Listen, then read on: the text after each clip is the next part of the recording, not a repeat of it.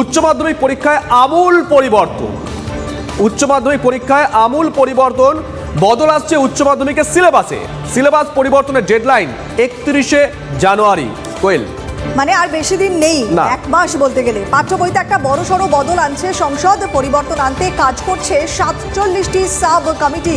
যুগোপযোগী বিষয়ে এবার ইনক্লুড করা হচ্ছে পাঠ্য বইতে। কথা বলি তাহলে শুভজিৎ সুমনের সঙ্গে। একদমই, সুমন আমাদের সঙ্গে রয়েছেন। সুমন, এর আগে কবে সিলেবাস পরিবর্তন হয়েছিল? বর্তমান যে সিলেবাস রয়েছে তার সঙ্গে যে সিলেবাস হবে শোনা যাচ্ছে, তার ফারাক কতটা?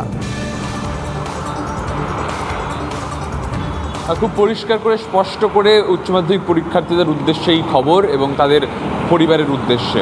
দেখো, এর আগে সিলেবাস বদল হয়েছিল যখন 2012-13 সালে, প্রায় 10 বছর অতিক্রান্ত হয়ে গিয়েছে। উচ্চ মাধ্যমিকের সিলেবাসে আর কোনো বদল আসেনি। এক্ষেত্রে উচ্চ মাধ্যমিকের যে সিলেবাস তা কিন্তু সংশোধন প্রক্রিয়ার মধ্যে দিয়ে যাবে। যুগোপযোগী অর্থাৎ কারেন্ট যে বিষয়গুলো সেগুলো কিন্তু সিলেবাসে অ্যাড হবে এবং এক্সটিংক্ট যেগুলো আর নেই সেগুলোকে বাদ দিয়ে দেওয়া হবে। তবে শুধুমাত্র উচ্চ মাধ্যমিকের সিলেবাসে বদল আসছে তা নয়, উচ্চ মাধ্যমিকের পরীক্ষা পদ্ধতি বদলাচ্ছে। এবার 2টো সেমিস্টারে উচ্চ মাধ্যমিক হবে, 11-12 মেলালে 4টে সেমিস্টার মোট।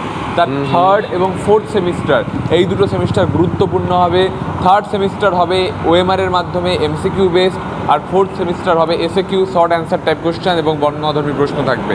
দেখো, পরিষ্কার করে বলছি, অ্যাকাউন্টেন্সিতে যেমন আগে পড়ানো তো ভ্যাট অর্থাৎ ভ্যালু অ্যাডেড ট্যাক্স, এখন তো আর ভ্যাট নেই, এখন জিএসটি।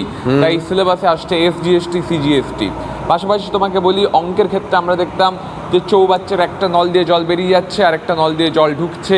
এই অঙ্ক বা পিতা পুত্রের অঙ্ক, এই অঙ্কগুলো একদম আমাদের রন্ধ্রে রন্ধ্রে মিশে রয়েছে। কিন্তু এখন যদি উদাহরণ দিতে হয় তাহলে হয়তো চৌবাচ্চার জায়গায় সেটা জলের ট্যাঙ্ক হবে। এই সংক্রান্ত পরিবর্তন কিন্তু আসছে। বেশ নজর থাকবে সুমন।